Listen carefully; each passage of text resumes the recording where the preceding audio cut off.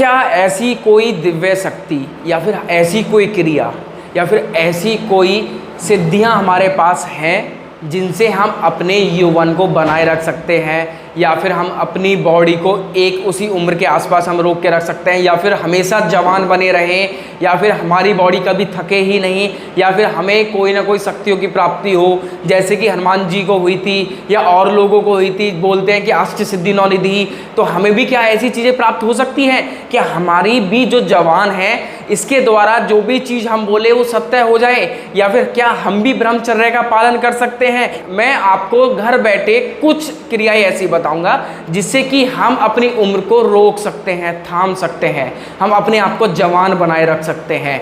हम सिर्फ अपने श्वास पे भी ध्यान लगा के हम जो चाहें वो प्राप्त कर सकते हैं। हम अपनी वचन की कीमत को इतना बना दें कि ये प्रकृति मजबूर हो जाएगी आपकी बातों को मानने के लिए। आपने जो बोल दिया वो पत्थर की लकीर हो जाएगी। आपकी बात सत्य साबित ना हो तो मैं आपको यहीं मिलूंगा। आपको कोई ना कोई वीडियो में आप मुझे कमेंट करके बता सकते हैं, इस वीडियो में मुझे बता सकते हैं। तो आइए शुरू करते हैं उस टॉपिक को। आपको मैं बताना चाहता हूं, जो हमारा ये मस्तिष्क होता है, कपाल होता है, इस कपाल के अंदर जैसे कि मधुमक्खी का छत्ता होता है वैसे ही एक अमृत का छत्ता अंदर बना होता है। हाँ जी, आयुर्वेद के जो ग्रंथ हैं, जो योग के जो ग्रंथ हैं, उपनिषद हैं, वो इस चीज़ को मानते हैं कि हमारे मस्तिष्क के अंदर एक छत्तानुमी एक अमृत का भंडार है। वो क्या करता है, जैसे कि बर्फ की सिल्ली पिघलती है धीरे धीरे, वैसे ही ये अमृत भी पिघलता रहता है। वो अब हम कैसे रोक सकते हैं इसको, तो उसको रोकने की कुछ क्रियाएं हैं। उसमें आती है सबसे पहले श्वास की क्रिया। श्वास में सबसे पहले हम जान लेते हैं ईड़ा, पिंगला और सुषुम्ना, ये 3 नाड़ियां होती हैं जो हमारी 72 लाख नाड़ियों में से सबसे महत्वपूर्ण नाड़ियों में होती हैं। इनको ब्रह्मा विष्णु महेश भी बोला जाता है, और ये सूर्य स्वर, चंद्र स्वर और सुषुम्ना स्वर भी इसको बोल सकते हैं। तो ये जो नाड़ियाँ होती हैं ये सबसे ज़्यादा मदद करती है हमें इस क्रिया को सिद्ध करने में। अब ये सिद्ध कैसे होती है, मैंने अभी आपको क्लियर किया कि किस प्रकार से अमृत एक छत्तानुमी रूप में हमारे मस्तिष्क में भंडार के रूप में जमा हुआ है। तो हम अब क्लियर करते हैं कि जैसे कि हम ज़्यादा श्वास लेते हैं उतनी ही तेज़ी से हमारी बॉडी में हीट बनती है, और जितना ज़्यादा हम श्वास लेंगे उतना ज़्यादा जो ये हमारा अमृत का भंडार है वो तेज़ी से घटना शुरू हो जाएगा, ये पिघलना शुरू हो जाएगा।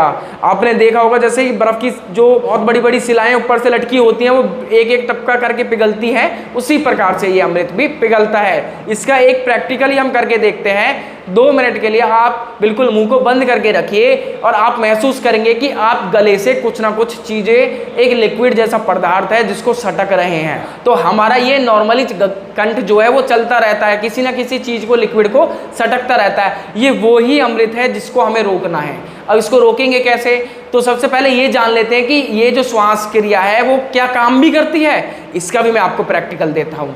क्या आपने कभी श्वास के बारे में पढ़ा है कि जो मच्छर होता है वो सैकड़ों बार श्वास लेता है 1 मिनट के अंदर, और जो इंसान है वो कितनी बार श्वास लेता है, एक कुत्ता जो है वो कितनी बार श्वास लेता है, और जो कछुआ जो है वो कितनी बार श्वास लेता है। आपने बड़े बूढ़ों को बोलते हुए भी सुना होगा कि भगवान ने हमारी श्वास गिन के भेजी है, हमारी सांसें गिन के आती हैं, तो हम इन श्वासों का खामखा जल्दबाजी में इनका दुरुपयोग नहीं करेंगे, इनको खर्च नहीं करेंगे, इनको सजो के रखेंगे। तो हम क्या करेंगे, इसमें ब्रीथिंग एक्सरसाइज के द्वारा श्वासों पे संयम बनाना सीखेंगे।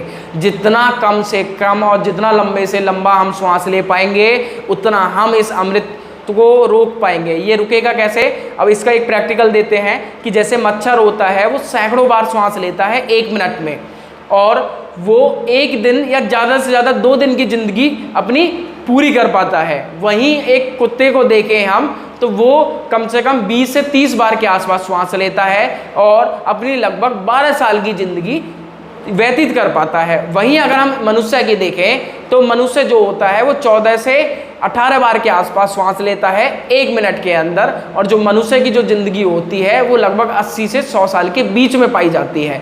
वहीं यदि हम कछुए की देखें तो जो कछुआ होता है वो 1 मिनट में 4 से 6 बार श्वास लेता है, और वो जितना कम श्वास लेता है उतने ही साल उसकी उम्र बढ़ जाती है। हाँ जी, कछुआ 200 से 250 साल जीवित रहने का बहुत अच्छा नियम है। और आप देख लीजिए कि कछुआ जो है वो 200 साल जीता है। क्यों? ऐसा क्या कारण है कि कछुआ इतने साल जी रहा है? श्वासें। जितना जल्दी हम श्वासों को अपने खर्च करेंगे उतनी ही जल्दी हम अपनी जीवन को खर्च कर रहे हैं, उस अमृत को खर्च कर रहे हैं। तो श्वासों पे कंट्रोल बनाएंगे, लंबा गहरा श्वास लेंगे और प्राणायाम करना शुरू कर देंगे, पहली चीज़। अब आते हैं इसके बाद दूसरी चीज़, इसमें हम क्या कर सकते हैं। एक होती है हमारी खेचरी मुद्रा। उसमें क्या करते हैं कि जीव की शुद्धि करी जाती है और जीव को विकसित किया जाता है। ये कैसे होता है कि एक विशेष प्रकार के पत्ते को लिया जाता है और उससे जीव के निचले हिस्से को काटा जाता है हल्का हल्का बाल के बराबर, और फिर उसकी शुद्धि करी जाती है। शोधन होता है, छेदन होता है, भेदन होता है, फिर उसकी शुद्धि होती है। तो इस प्रकार से कंटिन्यू करने से धीरे धीरे जो हमारी जीव है वो नीचे जो तालु प्रदेश का जो नीचे का भाग है उससे अलग हो जाएगी और जीव हमारी धीरे धीरे लंबी होना शुरू हो जाएगी। अब जैसे जैसे जीव लंबी होगी, जिस समय ये जीव हमारी बाहर निकल गया हमारे मस्तिष्क तक पहुंच जाएगी, उस समय हम क्या करेंगे, इसमें खेचरी मुद्रा में इसको वापस अंदर मोड़ के कंठ में ले जाएंगे। और कंठ में ले जाने के बाद जो अमृत वो निकल रहा है उस अमृत को वेस्ट होने से बचाएंगे, उस अमृत को टच करेंगे। और जैसे ही हम इस क्रिया को करेंगे तो हम इस पे सिद्धि प्राप्त कर लेंगे और अपने अमृत को बचाने में कामयाब हो जाएंगे, जिससे कि हम जवान बने रह सकते हैं, जिससे कि हम अनेक प्रकार की शक्तियों की प्राप्ति कर सकते हैं। और थर्ड चीज़ आती है इसमें आहार। अब आपका आहार कैसा है ये भी मायने रखता है। क्या हम ज़्यादा गरिष्ठ और गर्म चीज़ें, मसालेदार चीज़ें तो यूज़ नहीं कर रहे।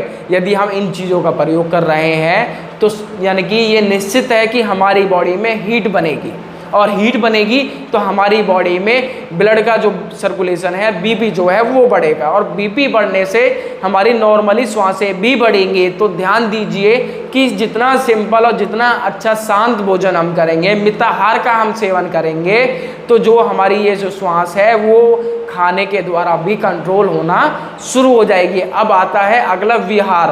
तो हम विहार मतलब कि हमारे शरीर के द्वारा कैसी कौन कौन सी क्रियाएं करी जा रही हैं जिसके द्वारा हमने ये ज़्यादा इस श्वास को हम रोक सकते हैं। आपने सुना भी होगा, चले बातें चले चित्तम निश्चले निश्चले भवेत। तो ये क्या होता है कि श्वास चलती है, मन चलता है, मन चलता है, श्वास चलती है। तो मन पे कंट्रोल करना है, पांचों इंद्रियों पे कंट्रोल करना है। फालतू की चीज़ों को देखना हम बंद करेंगे जिससे कि हमारा ध्यान ना भटके। फालतू की जो चीज़ें हैं उनका स्पर्श करना बंद करेंगे जिससे हमारा ध्यान ना भटके। ऐसी कोई श्वास के द्वारा ऐसी कोई सुगंध या दुर्गंध को हम महसूस नहीं करेंगे जो हमारी ज्ञानेंद्रियों कर्मेंद्रियों को प्रभावित करे। कानों के द्वारा ऐसे कोई वचन नहीं सुनना जो हमें कहीं ना कहीं प्रभावित करे, या फिर मुंह के द्वारा हम ऐसे कोई वचन नहीं बोलेंगे जो हमें प्रभावित करे। तो अब हम इसमें और क्या कर सकते हैं। आहार हमने सुधार लिया, अपना विहार हमने सुधार लिया, और हमने श्वास की क्रिया पे कंट्रोल करना शुरू कर दिया। जैसे जैसे हम इन चीज़ों को करेंगे और हम जो खेचरी मुद्रा है उसको सिद्ध करने की हम प्रैक्टिस करेंगे, तो आप पाएंगे कि आपसे ज़्यादा ताकतवर व्यक्ति आपके समाज में और कोई नहीं होगा। आपके आस पड़ोस में, आपके रिश्तेदारी में आपसे ज़्यादा यंग दिखने वाला व्यक्ति, आपकी जैसी बात बोलने वाला व्यक्ति, और वो बात जो कि सत्य साबित हो जाए, एक अलग प्रकार का ज्ञान आपको प्राप्त होगा। तो उस प्राप्ति के लिए जो मैंने चीज़ें बताई हैं आप उसको करिए। ये सारी चीज़ें मैं आपको ग्रंथों से बता रहा हूँ। आप कोई भी ग्रंथ पढ़ लीजिए, योग से रिलेटेड, आयुर्वेद से रिलेटेड, वहाँ आपको ये ज्ञान प्राप्त हो जाएगा। नमस्कार।